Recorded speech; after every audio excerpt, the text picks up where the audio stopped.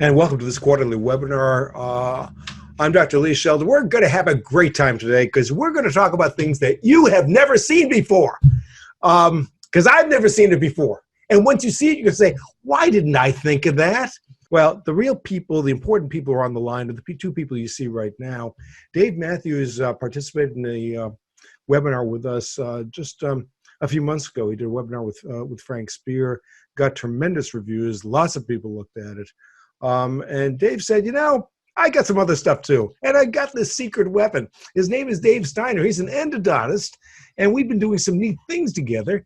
Dave and Dave have worked in the same building. They would bounce ideas off of each other. They would create new paradigms. And as I said, there are new paradigms that I've never heard of. This is going to be an exciting lecture, and it's going to bring you a tool to use to help you guide your patients and perhaps the specialists, the general dentists you work with, to show them a new way in which you can preserve a ridge on a child who's had traumatic injuries. So I take it away, Dr. Dave Steiner and Dr. Dave Mathews.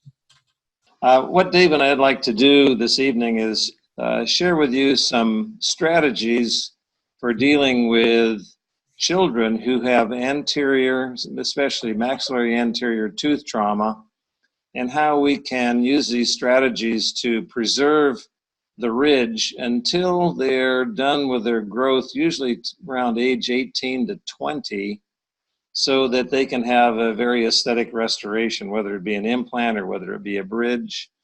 And so we're going to show you some examples of strategies using different modalities so that you can preserve these ridges, whereas a number of times in cases I think that they are overtreated, maybe extractions are done, and when the child is at age where you can restore them, the ridge is damaged and needs a lot of treatment.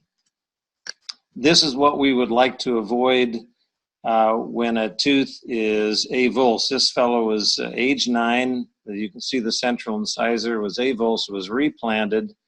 Unfortunately, got ankylosed, as most of them do.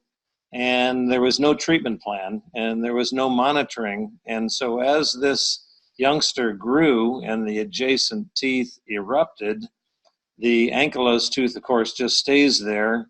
And now at age 16, we've got pretty much a damaged ridge when this incisor is extracted. So we would like to share with you some other strategies so that we can avoid this kind of dilemma.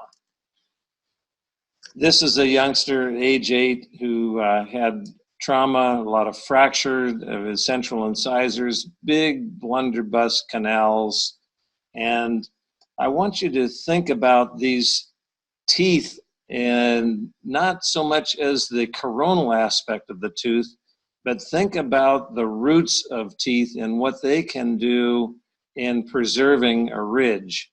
Unfortunately, in situations like this with these really damaged, unrestorable teeth in this youngster, oftentimes they were extracted. And then when time came around later on in life, the ridge was, of course, puny and it required a lot of reconstruction to get a tooth or an aesthetic restoration in there.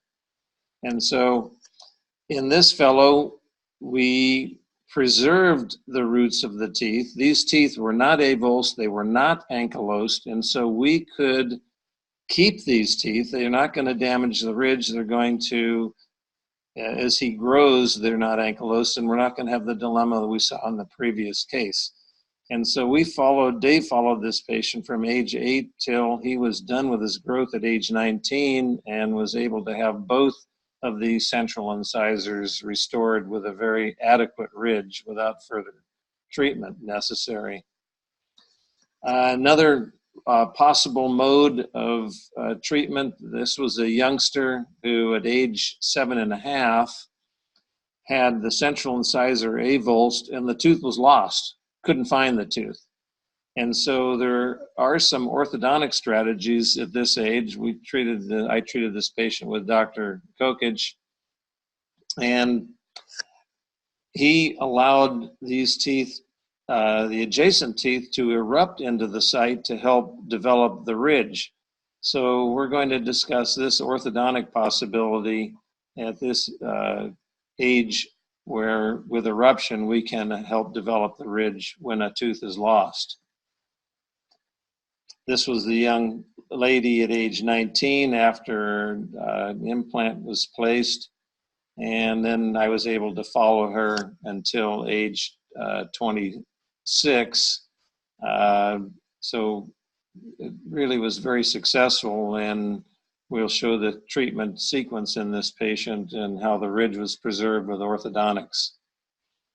Another situation where, to contrast with that first patient, where we have the central incisor in this youngster was avulsed, it was replanted, it ankylosed, and you can see now that it is about in 2 millimeters of infraposition. This is the time when we want to deal with these teeth. We don't want to let them get further infraposition and start to damage the ridge. And another treatment modality, and in this case was treated with my colleague, Dr. Jim Janikieski, we were able to use tooth autotransplantation. And we'll talk about the sequence and the timing of this. I think today autotransplantation is probably our best tooth replacement when we need to replace a tooth. So we will go over these ridge preservation strategies with you for children after anterior tooth trauma. And Sean here is a good example. All of these kids started out in the age 8 to age 10 range when their problems started. And Sean tried to run up the down staircase. He tried to run up the slippery portion of a slide, did a face plant, and he luxated the two centrals, hard did the palatal. Number 8 has a simple coronal fracture, and number 9 has a complicated coronal fracture with a pulp exposure. And this 8 to 10-year-old group is special. They have the highest frequency of oral trauma. The permanent teeth have erupted, but the roots haven't matured. And overarching all of this is that they still have a lot of mid-facial growth to come, which makes it a problem in terms of hanging on to the teeth to preserve the ridge. So how do we get these kids from age 8 to age 18 with as intact an alveolar ridge as possible?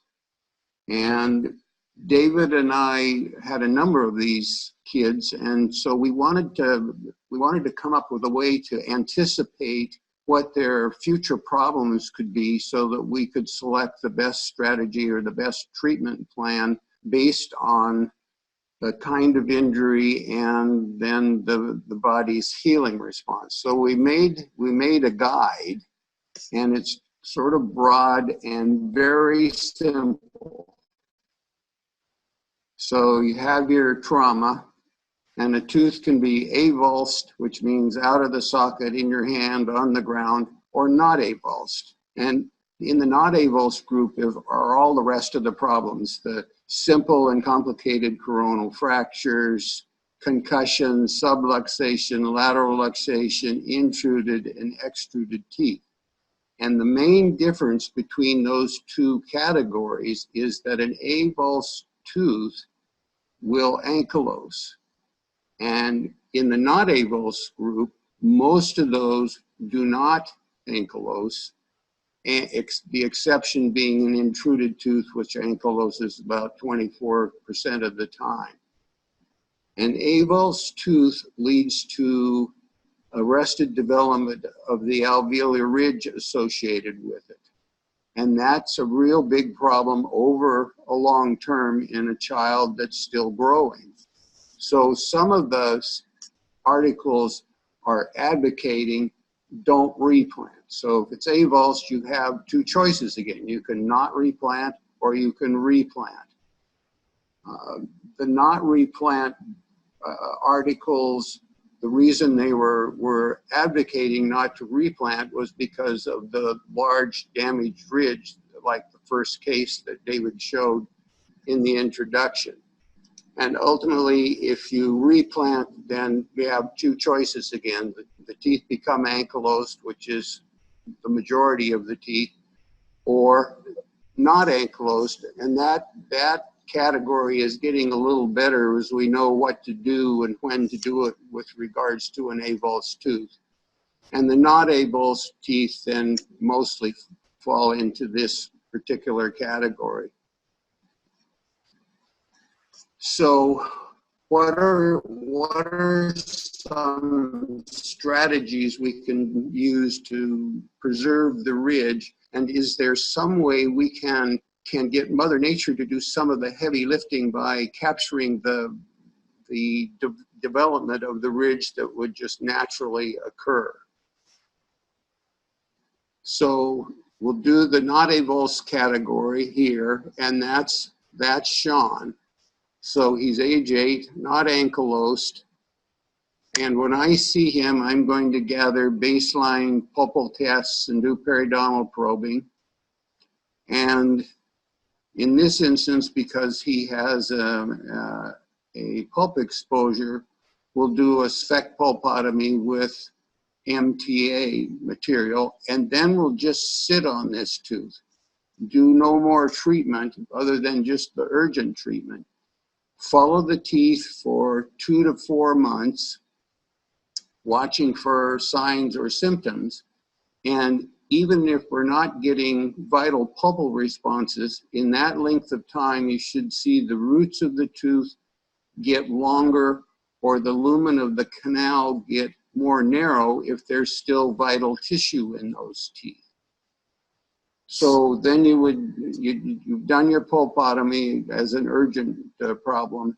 And then if you see a lesion or the patient's having symptoms, then you have 2 other choices that you can do in terms of treatment. You can do regeneration, which you will have the apical portion of the root sometimes get longer and the open foramen narrow. Or you can do apexification, in which you debride the canal, fill it with calcium hydroxide, and over time an apical barrier will form. The problem with both of these techniques is it doesn't make the coronal third of the root of the tooth more strong. And back in '92, Sveck wrote an article that said, I will tell you how often these immature teeth are going to fracture in the cervical third based on the length of the root of the tooth.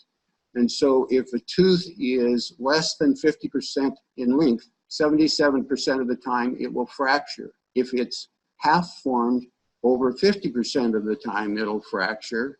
If it's 2/3 to 3/4 formed, 43% of the time it'll fracture. And if it's formed to length but has a wide open foramen, still almost 30% of those teeth fracture in these immature teeth. The number 5 group are adult teeth, and they fracture in the cervical third just 4% of the time. So returning to Sean, this is 2 months later. He has a periapical radiolucency. I started apexification on the tooth to get a barrier. That it takes between 6 months and a year of placing calcium hydroxide for the barrier to form. And after a year, I had enough of a barrier to pack the tooth with gutta percha. And then 3 months after that happened, he came with a fracture in the cervical third.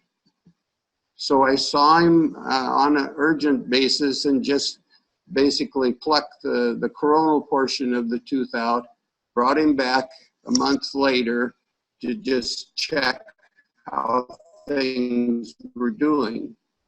And if you look at the radiograph, there are no periapical lesions. Check where the distal aspect, sorry? If we can move that. Yeah, it's okay. So check on the distal aspect of the root of number 9. It's where it touches 10 is about a millimeter and 3/4 coronal to the CEJ. Just register that. And this is what he looks like then with a facial view. Remember the level of the soft tissue there in the healing site. And then he has a full ridge from labial to palatal in the number 9 site at this point.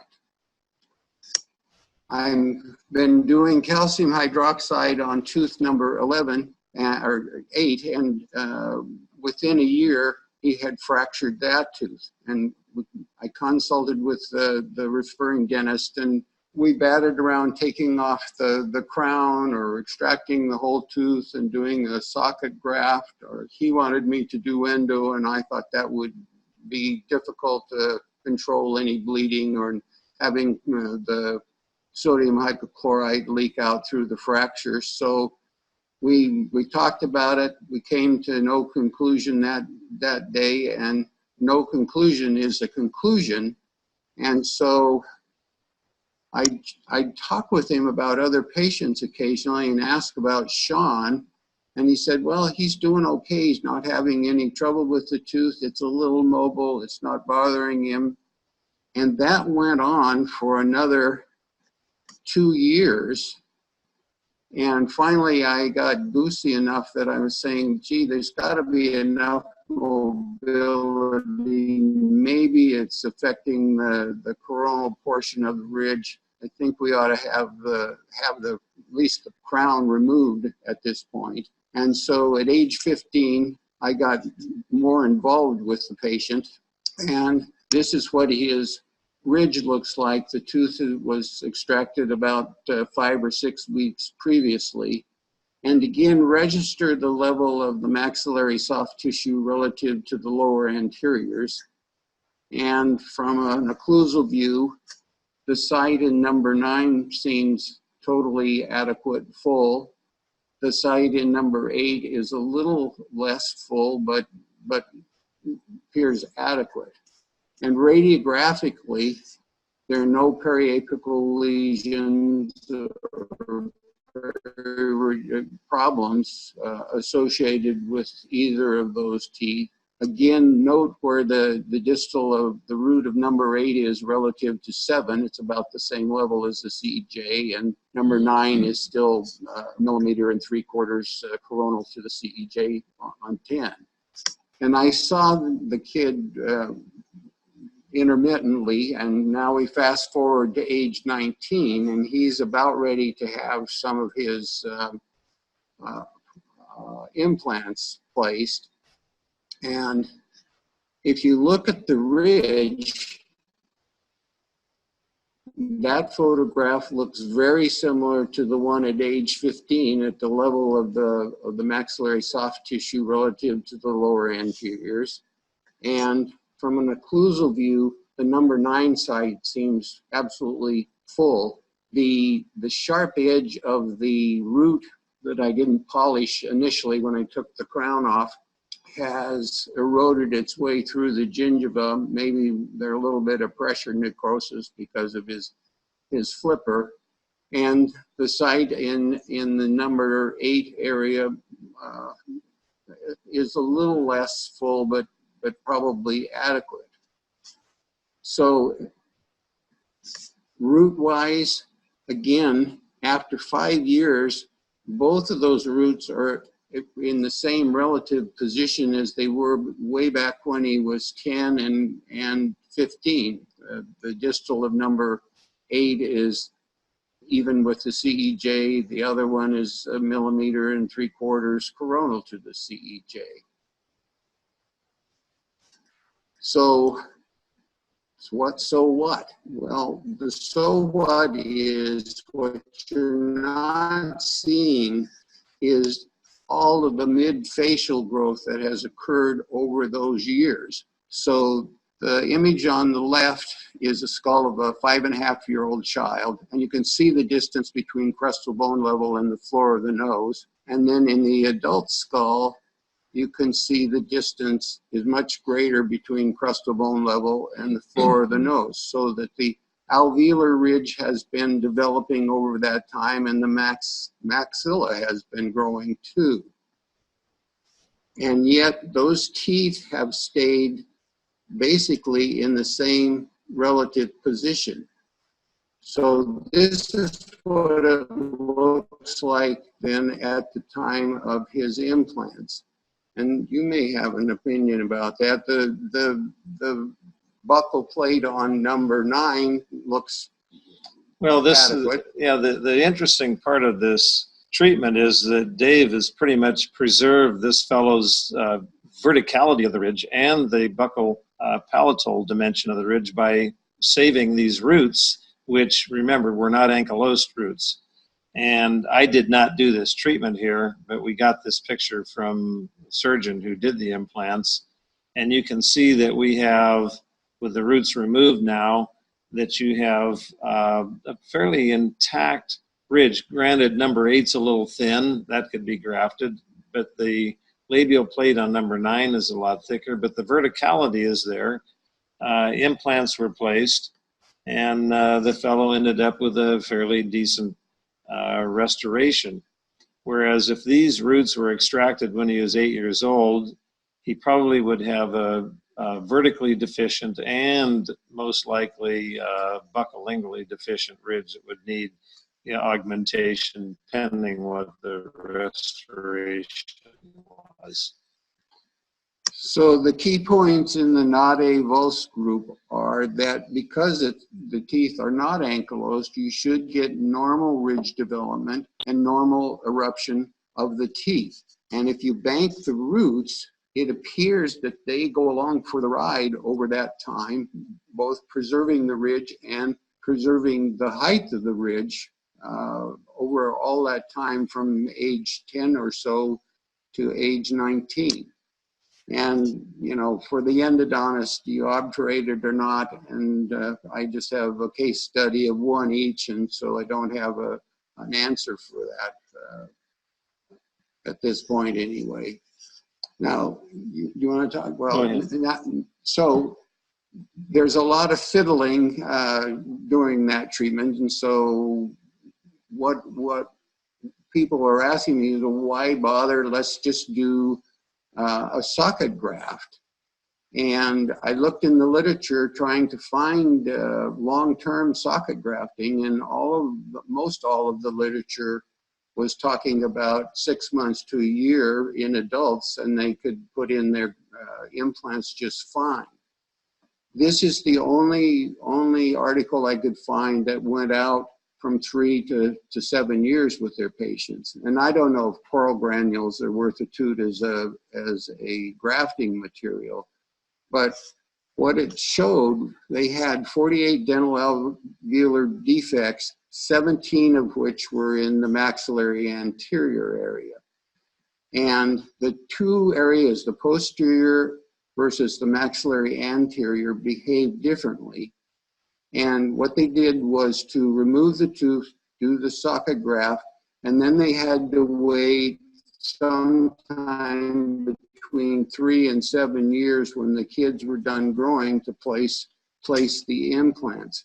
And what they found, at least with this material, is that in the maxillary anterior, 82% of the time, it failed to support an implant without an additional bone graft. Whereas in the posteriors, both the maxillary and mandibular ridges, not over 90% of the teeth successfully supported an implant with no bone graft. So if anybody has an article that has followed socket grafting for a long period of time, I'd put me onto it, because I'd like to have that information. Well, and that's the problem with saying that we can graft, we can do a ridge preservation procedure on an 8 or a 9-year-old, and then when we see them 10 years later, the problem is we don't have any literature that follows these patients with ridge preservation that long. Most of the studies are about a year old, and then a restoration is done or an implant is placed. So we don't know what these would look like if a ridge preservation procedure were done, and we look at them 10 years later. So our conclusion with this, at least with this case, is that if you retain the immature roots, they should be used as an interim treatment. They seem to preserve the ridge through the childhood growth, and so you have a site that's for a future implant that doesn't require a lot of grafting. And we're not basing this conclusion just on this one case. In England, in the pedo department, they had a case series of 53 teeth, which they submerged and followed for between 1 year and 7 years, and they had a 90% success rate in that group of teeth. So let's look at the next possibility after trauma in the adolescent, and look at the avulsed tooth that was not replanted. And this is the patient that lost the central incisor and nobody could find it on the soccer field. And Dr. Vince Kokich, who I worked with for many years, worked with me on this patient who had this right central incisor avulsed at 7.5 years. Tooth was not found. And so there is a treatment strategy at this age where we could consider orthodontic eruption and letting the adjacent teeth erupt into the edentulous site to develop the ridge. And this is what Vince decided to do. He just let the teeth erupt, and this was fortunate because the young lady was only 7.5 years old, and we had that possibility of the eruption of the central and the lateral. And then here we are, you can see the lateral incisor, which is now in the central incisor site, has erupted, and we know that when it fills that space that it's going to help develop the ridge. And this is what the young lady looked like around age 12. That what you see is the lateral incisor, which Vince built up a little bit so it didn't look so goofy. And then what he's going to do in her orthodontic treatment, he's going to open space for the central incisor. And the question is the space that he created where the lateral occupied previously, is that ridge adequate? So let's take a look at what happened as this young lady matured, and she got at around age 17, she's through her rapid growth stage. Vince verified that with me with sequential tracings. And so the ridge looks, it looks like this is close. And when I open this up, you can see the dilemma. We have the, not only do we have a little bit of thinness of the ridge buccal lingually, but we had the incisive canal that I had to be careful to stay out of. And by warping the site a little bit with my spade drills, I was able to get the implant in, but you can see that we have fenestrations and a little dehiscence there. Well, I was able to graft that at the time of the placement and go ahead and get primary closure, use some particulate graft and a resorbable membrane. And then about 5 months later, was able to do just a very simple uncovering of the fixture. And then the restorative dentist, Dr. McPhee, went ahead and did a provisional. This is day one with the provisional, and he was smart enough to leave proper contour and not fill in the black space to give us a chance to let the papilla fill in this area here. And this is 7 months later now, still in the provisional stage. Now you can see that my tissue over the labial of the implant and number 8 side, it's a little thin. You can see a little bit of redness there. And I'm going to take care of that, do a little connective tissue graft to improve that. And so I did a sutureless connective tissue graft on number 8 and 9 for the young lady. She was really a very nice patient. And then you can see this is before, when she was about age 12, before orthodontic treatment. And then we have her now, she's about age 26 now, with a very successful implant and restoration. And you can see radiographically the bone level on the fixture is doing extremely well. So again, with orthodontic eruption, Vince was able to improve the ridge where the avulsed tooth was lost, and allowed us to place a fixture and just do some additional augmentation at the time of placement. So the eruption strategy is a great strategy. Unfortunately, it's limited to patients around the age 7 to 10 because we still have the eruption potential of the anterior teeth in the site where they've lost a tooth. So it does have an age limitation. What about autotransplantation? Dr. Janikieski, who took over my practice, and I practiced together for about 6 years, and Jim and I went back to Oslo many years ago under the auspices of Bjorn Zackerson, orthodontist, who was a good friend of ours, and we were able to watch in Oslo, watch them do tooth transplantation. Well, they've been doing tooth transplantation in Norway for over 40 years. They have an amazing amount of data on the success of this procedure. So we took the autotransplantation course, watched them perform. I was near retirement. I told Jim, I said, you know, Jim, this is something that you ought to take over. And Jim went ahead and actually improved the technique of the autotransplantation. So this patient is one of my favorite ones because he looks like a Dr. Seuss character. He was playing at first base. The ball hit the web of his net and then hit him in the mouth. And number 9 was fractured, and the incisal of the number 8 was also fractured. And you've got to get good radiographs. So a straight on view of number 9, you can see it wasn't just the coronal portion that was fractured, the whole root was shattered. And I didn't think I could do endodontic treatment in this instance. So ultimately the tooth was extracted. I ended up doing endodontic treatment on number 8 as we went along.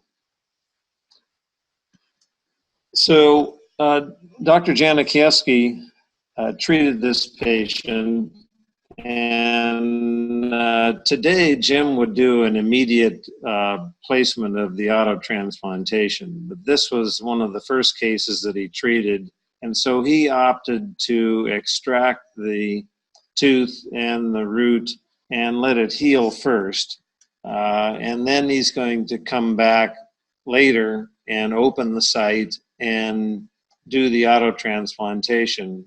The common tooth for autotransplant is the lower second bicuspid because of the root and the shape, and you can see the optimum time to do this is when the root is about 2/3 formed. And so again, this is limited to, you want to treatment plan this early because it's limited to that. You got to have the favorable window where you've got the optimum tooth down below to transplant.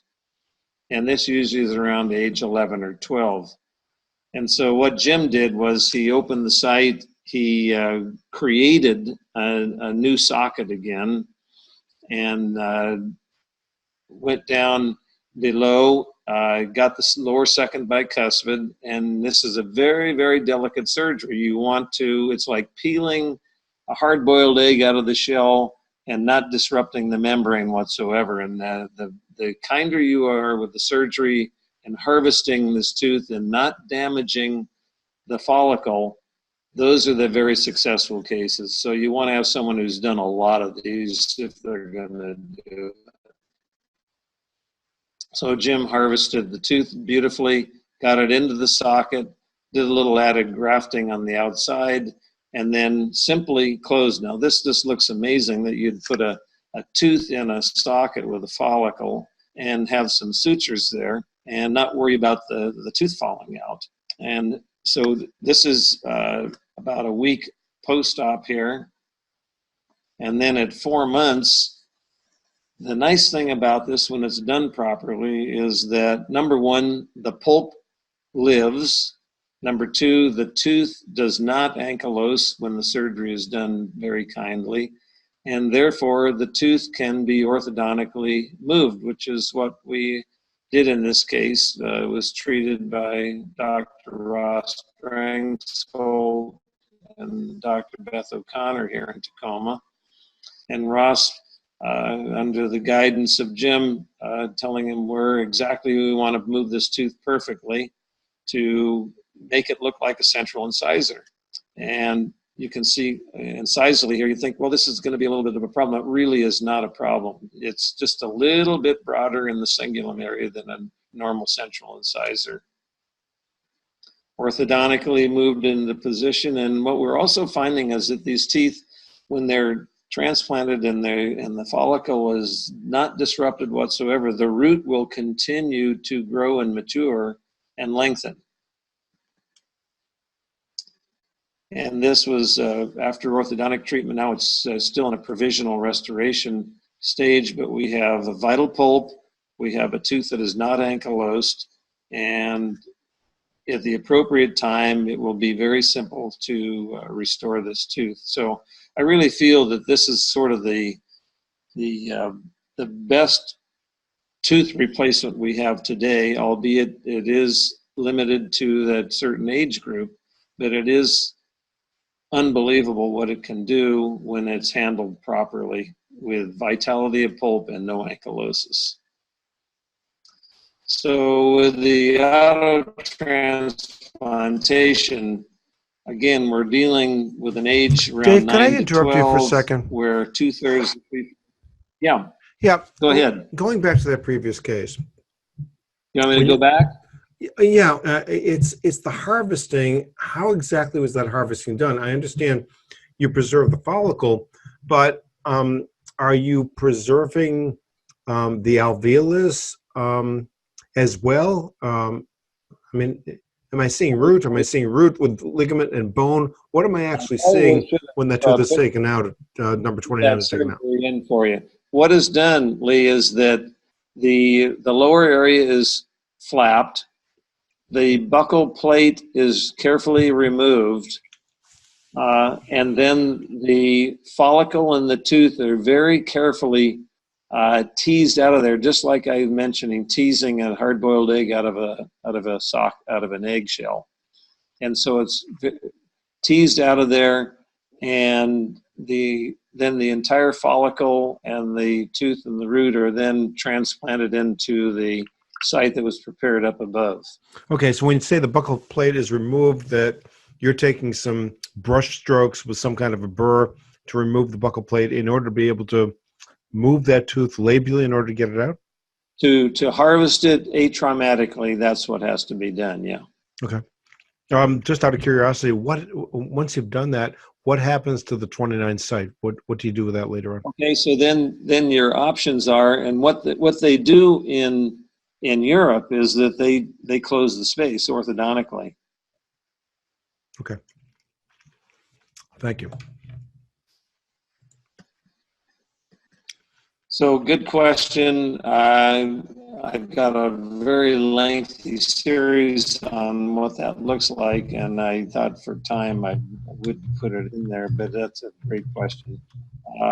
So the nice thing about this, when the surgery is done, and again, there are very few people who have done this. It's like, when you're having your knee replaced or your hip replaced, you ask the surgeon, how many of these a week do you do? And how long have you been doing it? You don't want somebody who said, yeah, I took that course on the weekend. This is something that has to be extremely fastidiously done so you do not damage the follicle. Because if you damage the follicle, that's where you get ankylosis, and that's where you get non-vitality. So if done properly, these do not ankylose. The alveolar process will continue to develop because we have PDL, and you can move the tooth orthodontically.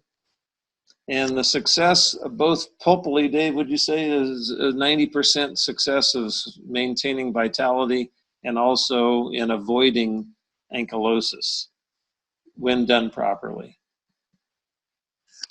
So now we're going to another category. The tooth was avulsed, replanted, and it didn't ankylose. And these teeth, they don't get off scot-free. Oftentimes they need endodontic treatment, or they always need endodontic treatment. Sometimes they'll have inflammatory resorption that needs to be treated. But our success rate with this is doing better because we're a little bit more knowledgeable about what's going on. And so I won't show an example, but I'll just tell you in terms of what will prevent ankylosis and how you should go about it. So if you replant a tooth in less than 5 minutes, almost none of them ankylose.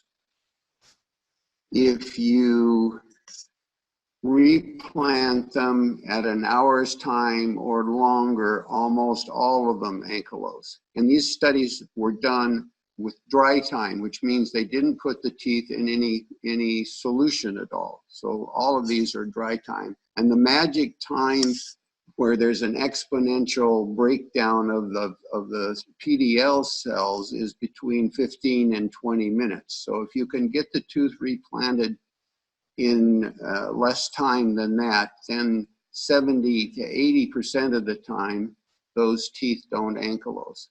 Now you should always put them in a solution like Hank's balanced salt solution, or even just milk. And then if you can have some ice to pack around the solutions to slow the deterioration, that seems to help a little bit. But what we don't have, and we need the Scandinavians to do a big hospital study of this, we don't know more precisely. It absolutely helps, but how much does it help? Is it 10% better? Is it 40% better? We don't know that at this point. We just don't have the data to make better comments about it. And then the final category, the tooth is avulsed, you replant it, and it becomes ankylosed. And this category is kind of the most intriguing, interesting, at least to me, because an ankylosed tooth is going to cause arrested development of the alveolar ridge associated with it. These 8 to 10 to 12-year-old kids have a lot of growth to come. So what is it that we can do to mitigate the formation of a large defect? And when do you do the treatment? And equally as important is, what are realistic expectations? Because some of the articles that talk about the treatment have this mile-high expectations of what can be done. So I want to spend just a few minutes presenting some basic background information, so we all start at the same point in terms of what we're thinking about when we're doing this, in terms of the treatment of an ankylosed tooth. And there are two main characteristics associated with ankylosis. One is replacement resorption. So the root of the tooth is resorbed and replaced by bone. And that's a good characteristic that we can turn to our advantage. The other characteristic is that the arrested development of the alveolar ridge associated with an ankylosed tooth. And that, in a growing child, can lead to a great, huge defect that can't be overcome. So replacement resorption or ankylosis. Ankylosis occurs when the PDL necrosis and there's a bony union between the root of the tooth and the alveolus. And once that occurs, we have no way of stopping it or reversing it. And it's characterized by the resorption of the root of the tooth and its replacement by bone. And so number 8 has been avulsed, it's ankylosed. If you follow the mesial PDL, it looks intact, and there's no question where tooth ends and alveolar bone begins. But after a year's time, if you try to follow the mesial PDL, it becomes indistinct, and there's a blending of the apical portion of the root of the tooth and the alveolar bone. And then after 5 years, all of the root has been resorbed and replaced by bone. And if you'll notice the incisal edge, it's a little bit in infraocclusion. So what has happened is the adjacent teeth and the adjacent alveolar ridge have grown, or the teeth have erupted, whereas that tooth has not changed its location when it became ankylosed. Now let me show you a world-class problem with the arrested ridge development. This is Jimmy. Jimmy looks like any other 16-year-old kid until he smiles, and then he appears to be missing his left maxillary central incisor. But on closer inspection, you'll see he isn't missing that tooth. It's just in severe infraocclusion. And it isn't that that tooth has submerged, it's that the adjacent alveolar ridges and the adjacent teeth have erupted. So what's the problem? The problem, as I see it, is the arrested ridge development associated with an ankylosed tooth, coupled with the continuing facial growth of a child. And so how do we know how large a defect is going to develop? How do we know when to intervene? Since the extent of the defect is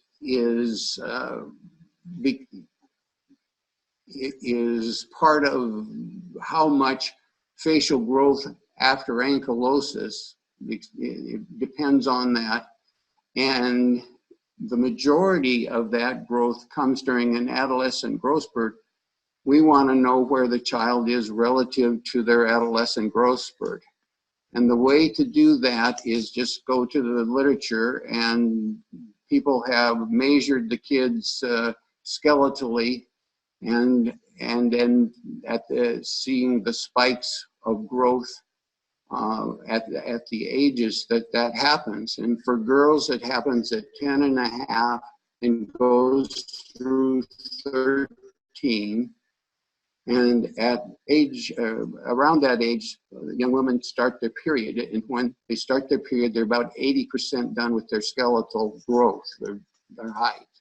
Boys, of course, start later at age 12 and a half and go through 15. And they have a long run out of when they're still growing to 18 to 20 years old.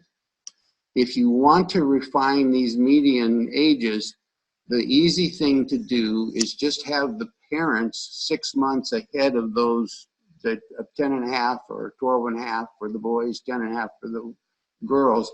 Have them start recording their height. Just back them up to the door jamb and measure them.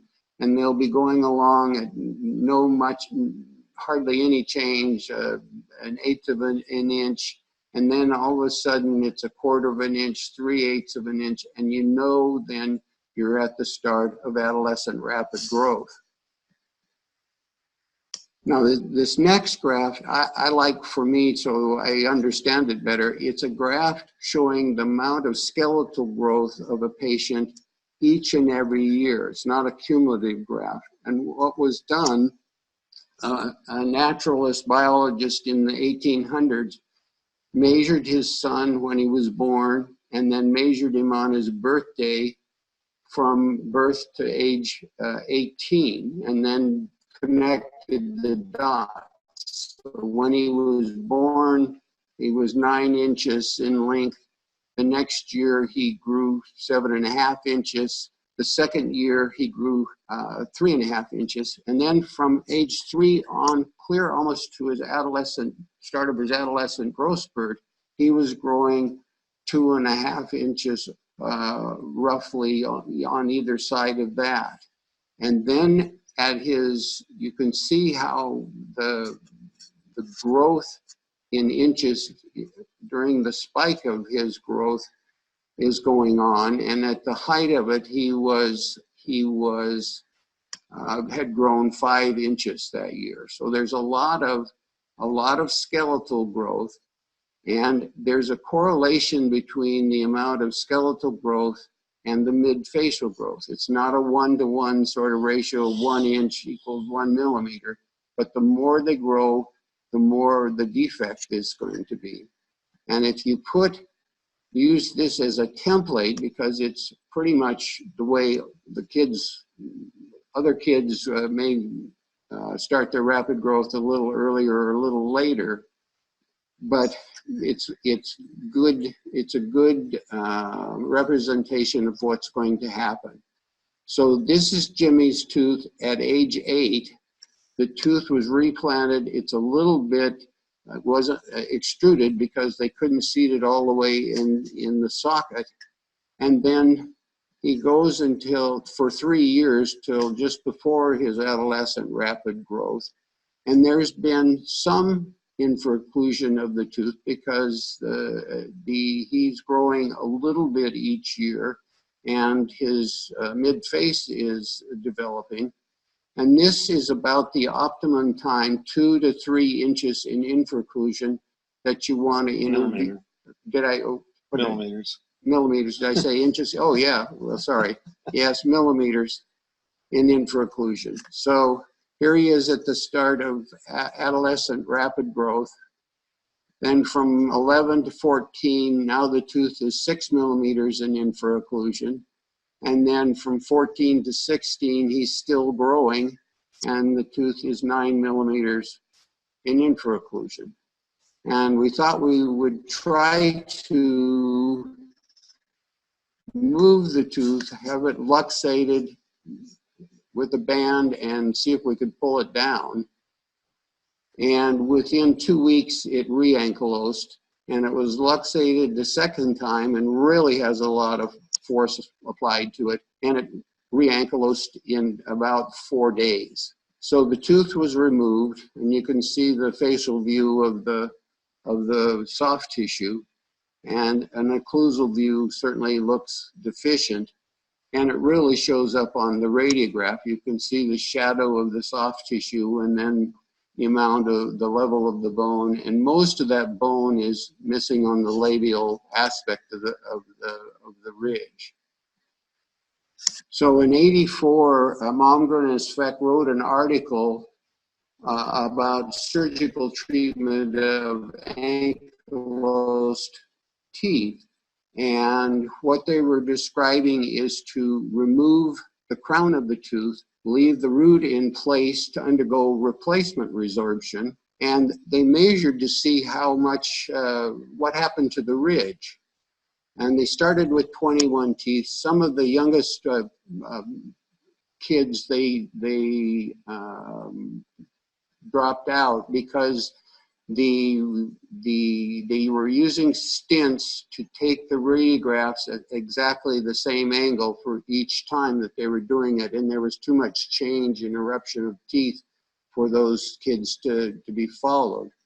But the ones they did follow, what they found was that bone was deposited coronally between 0.2 and 1 millimeter, so a modest amount of vertical addition of bone. 3 of the cases, there was no movement, but they didn't lose any. And in 3 cases, then they lost bone apically between 0.3 of a millimeter and 1.3 millimeters. So this is what is known now as decornation, and it's really a good idea. The problem is it's sometimes hyped in some of the case reports, and the movement coronally, at least in their original article, is modest. So here's a tooth that is similar to Jimmy, and it was avulsed, ankylosed, age 9. They did the surgery, decoronated at age 15, and you can see that that's just way too late. The big ridge damage has already been done. It is no better than just extracting the tooth. You have probably a knife edge ridge and a large labial defect. So we think that the timing is important when you do decoronation. So we think you should decoronate near the start of adolescent rapid growth, or when the tooth is about 2 to 3 millimeters in infraocclusion relative to the contralateral tooth. And 20 years after their first article, Malmgren and her husband wrote an article with a hypothesis of why the bone is deposited. And essentially what they're saying, after the crown is removed, the socket heals over, there's periosteum over the decoronated root. That periosteum is attached to the adjacent teeth and ridge, and then as those teeth erupt and those ridges develop, they put traction on the periosteum over the decoronated root, and then bone is laid down apically it's apically to the periosteum and above the decoronated root. And so if you decoronate, maybe you'll have more time for there to be traction to move that. And I'll show you as best I can with an illustration. So this is the ankylosed tooth at age 8, but at age 8, all the rest of the teeth were between the yellow lines. They were at the same level as that tooth. And then over with Jimmy from age 8 to age 12, when he starts his rapid growth, those teeth have erupted a little bit. The tooth still is in position in 2 to 3 millimeters in infraocclusion. So now it's time to decoronate the tooth. And once the tooth, the crown of the tooth is removed, then the periosteum heals over the decoronated root and attached to the periosteum adjacent to it. And as the teeth then continue to erupt and the ridge continues to develop, traction is put on the periosteum, and you sort of have a periosteal sling as this is pulled coronally, and then bone is deposited underneath the periosteum. So that's the hypothesis that they've offered, and some of the periodontal portions of the periodontal ligament are also involved in this. So just to recap, that replacement resorption of the root of the tooth is a goodness. Arrested ridge development is the problem we're trying to deal with. We think you should remove the crown near the start of rapid growth, or roughly 2.5 millimeters in infraocclusion, and leave the crown if rapid growth is complete. And with the young women, it's easier to tell because they've started their period and they're not growing very much. You can just let the tooth undergo replacement resorption and bond and incise the ledge until the process is completed. So this is Bobby. Bobby was age 9 when his tooth was avulsed and it was ankylosed. The orthodontist helped replant the tooth and splinted it. I started endodontic treatment on number 8, and a month later, tooth number 9 showing a periapical lesion. So I started treatment on it and then completed the treatment. And then I think I'm marrying these people back to the general dentist, but if you're the specialist helping them, you've got to hawk them a lot more closely than I did in the early days. So he comes back at age 14. The tooth is in infraclusion. His smile's looking bad. He wants to know what can be done. And this is the facial view.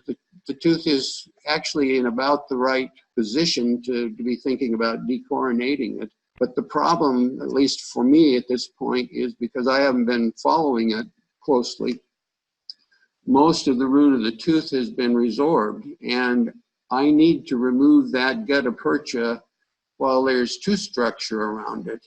Yeah, so this is not an optimum time to be trying to take the gutta-percha out of there. And I talked to Mathews about it, and he thought that probably at the time of implant placement, we could remove the gutta-percha with fairly straightforwardly. So the orthodontist is still messing around with things, and I'm telling him, look, you're burning daylights. I want to decoronate this tooth as soon as we can. And at this stage, we decoronate the tooth. And Malmgren said that all you need to do is just turn a flap, remove all of the enamel portion of the crown of the tooth, and stay away from the alveolar crest, which is what we're doing in the surgery.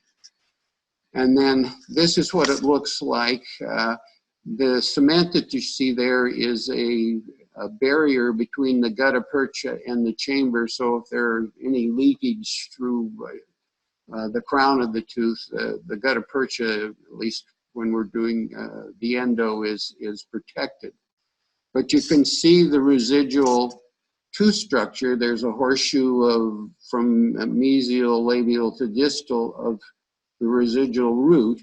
Most of the palatal had been resorbed and sutured, and then this is what it looks like radiographically. There's no bone, particularly coronal, to the level of the remaining root that you can see the portions of it, the spicules of root on the mesial and distal, and it runs across the labial. So I'm a year later. I was thinking of getting good pictures, but I couldn't get an occlusal view easily. But if you look at the apex of number 8, you'll see a highlight where the flash is. And there is a little bony, like an exostosis in that particular area when you palpate it. Radiographically, you can see the bone that has been deposited coronal to the spicules of the root here. So that's a goodness. We're glad to have it. And then at age 16, this is a facial view of the soft tissue.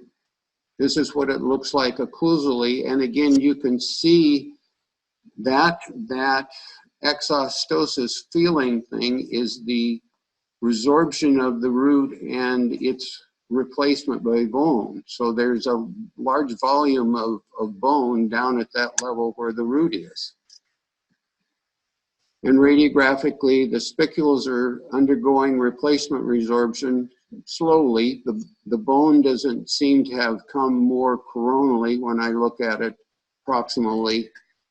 And then fast forward to age 19, and this is what the sites look like at that age.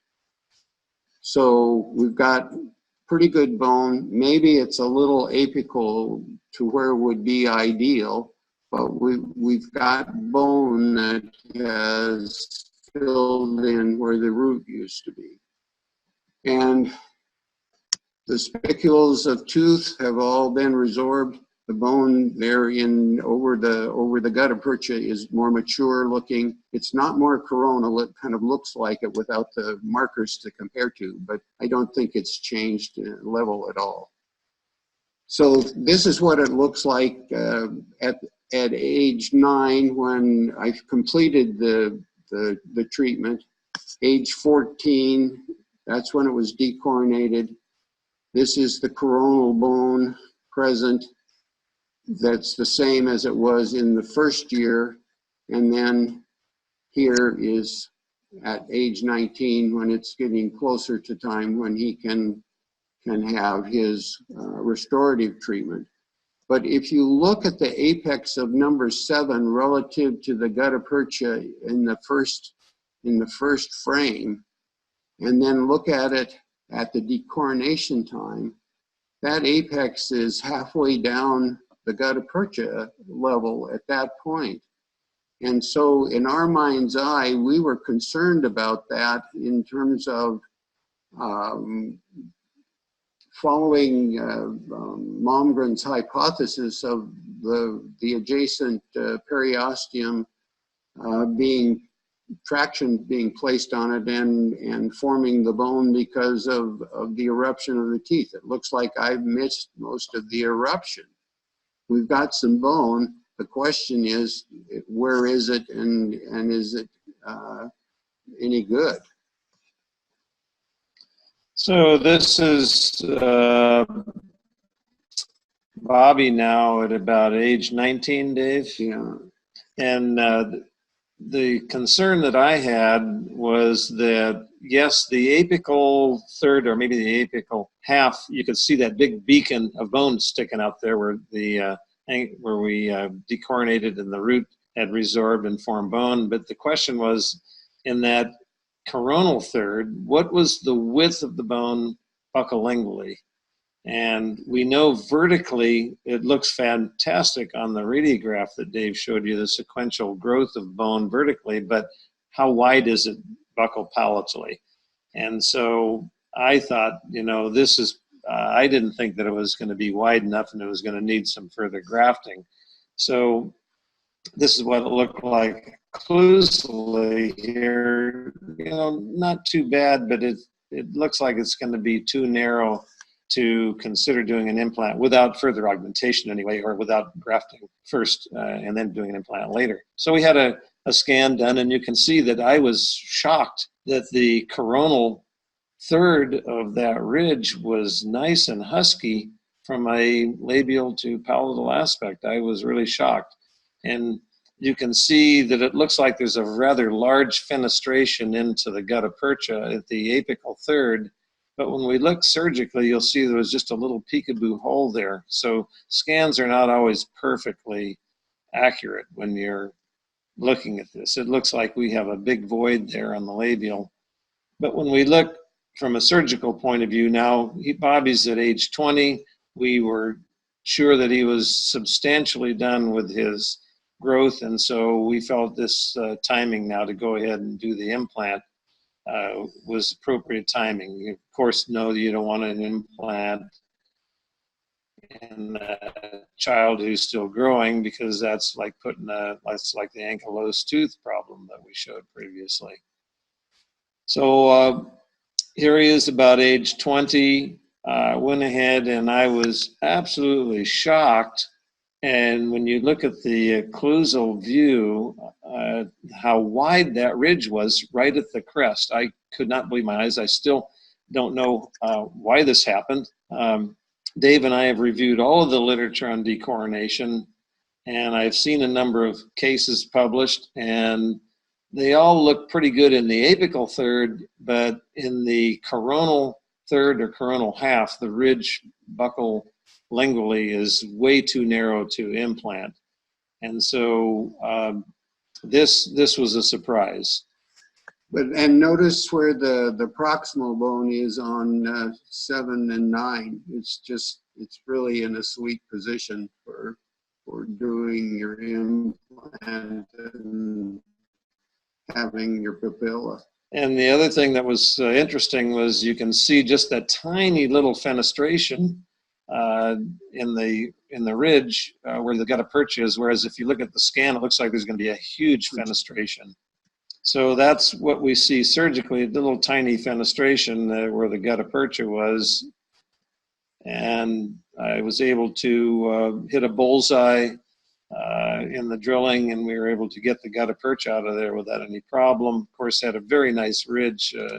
You know, this is one I tell my students, this is I call them the BFC, that's the blindfold case. The ridge is so good you can do it with a blindfold on. And so it was really very surprising, but a nice outcome, the fact that we had such good bone in the coronal aspect. Fixtures place, you can see there's a small little fenestration apically. Did a little particulate grafting over that area, which probably wasn't even necessary. Implants placed, grafted, coronally advanced the tissue and got primary closure. I placed a little 2 millimeter healing abutment on the implant and get primary closure over that, so that when we uncover this, it's just a simple little punch uncovering and remove the 2 millimeter healing abutment, put a little taller abutment on. So good closure. And then placement of a provisional restoration, and this, or have not been able to follow up on this fellow, but this is what, about a 4-month post-op on the restoration at this point in time.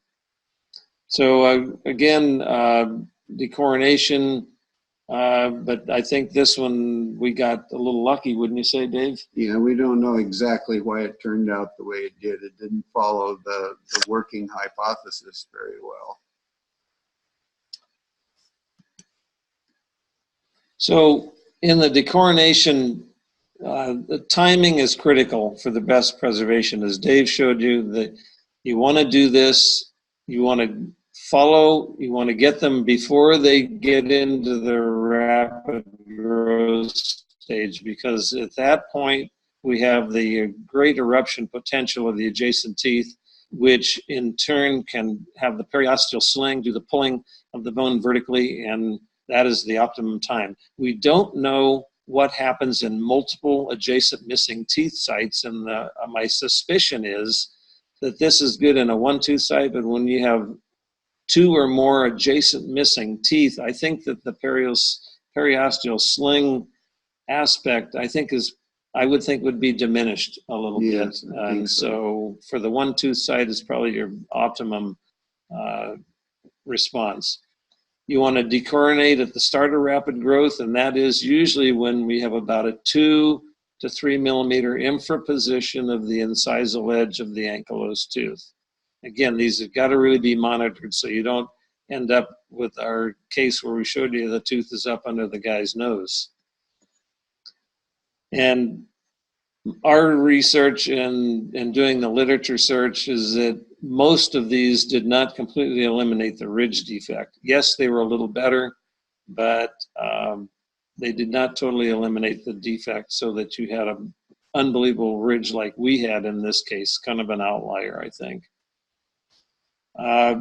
Socket grafting, yes, we can do ridge preservation, but ridge preservation, again, remember, does not, we don't gain vertical height when we do that. So our treatment options for the ridge preservation, one, let's look at the not avulsed case. Remember, if it's not avulsed, we can submerge the root. We can do root burial, or you can do autotransplantation. In the case where the tooth becomes is avulsed, we can do autotransplantation.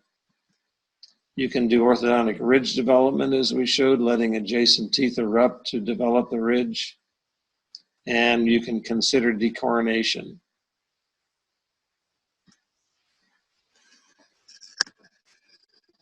Dave, tout our article. Oh, yeah. Well, we have written up the couple of the cases in a case report that is in press now with compendiums. So it'll be out sometime, and we don't show all of the different strategies, but at least a couple of them. So thank you very much. Yeah, that was a good presentation. I like that. If there are any questions, there's a Q&A box somewhere in your screen. Just type in a question. I already got an accolade in the middle. It was a good attaboy for both of you. This is fascinating information. How widely is this disseminated? In other words, if we're talking with our local specialist, has this, and I'm talking as a periodontist, Dr. Steiner, how well is some of your material disseminated among endodontists? Oh, well, it's in the Seattle area around the, the UW, all those grad students know it because of me. We've given this lecture to Carl Reeder's group, but in general, I don't know that that's out in the ether very far. I really think, Lee, my experience has been, except in the Northwest where we do have our interdisciplinary seminar, and it's part of the graduate periodontal, pros, and orthodontic curriculum, that I feel trauma is poorly managed. There's not much understood about trauma, and I think that there's a lot of over-treatment in trauma cases and not a lot of understanding. Yeah. I don't know how it is in the rest of the country, but I know in our area, because Dave and I and Frank and Vince have talked a lot about it. Okay. In the ankylosed case, where you're talking about the avulsed tooth that was reimplanted too late, and you do your coronectomy, and you're getting that coronal migration. I understand that's as a result of vertical growth and development of the entire maxilla. Is there a limit, or when you're grinding away the tooth, to make it blunt, what are you looking for, or when do you stop? Oh, well, I mean, you're trying to outline the enamel, around the enamel of the tooth, and I would not keep going apically. Once you get all the enamel portion of the tooth removed, you're done.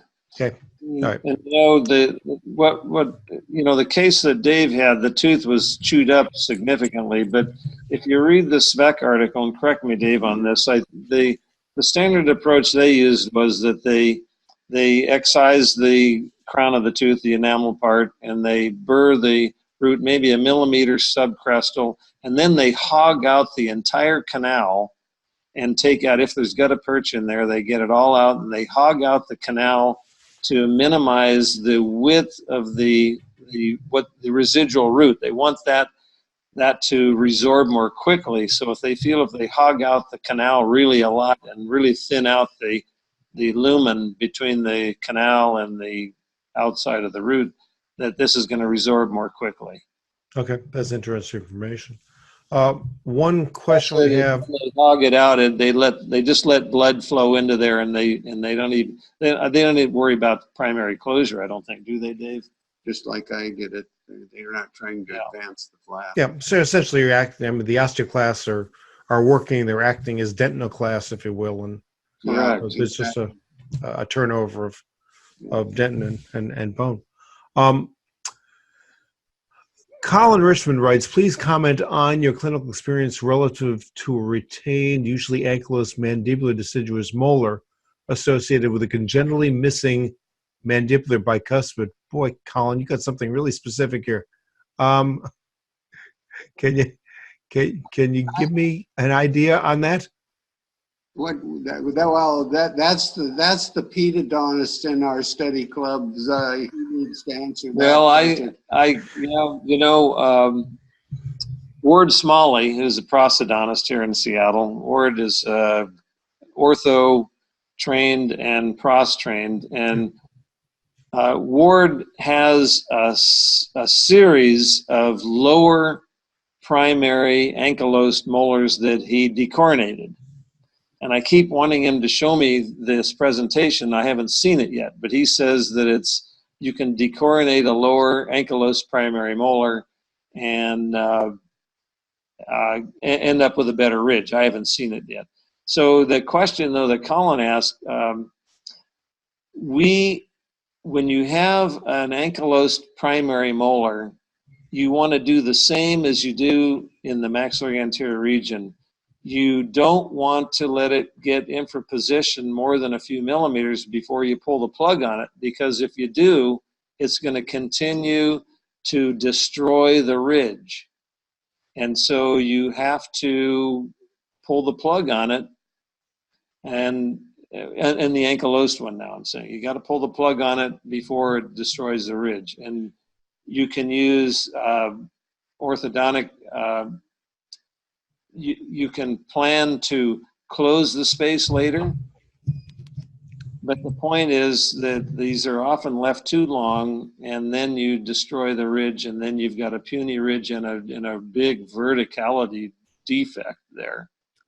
Did that answer his question? It kind of does, Colin. Just let me know if that answers your question. Let me comment on that. You know, taking out those teeth is a pain in the neck. You never know whether you've got the tooth completely out.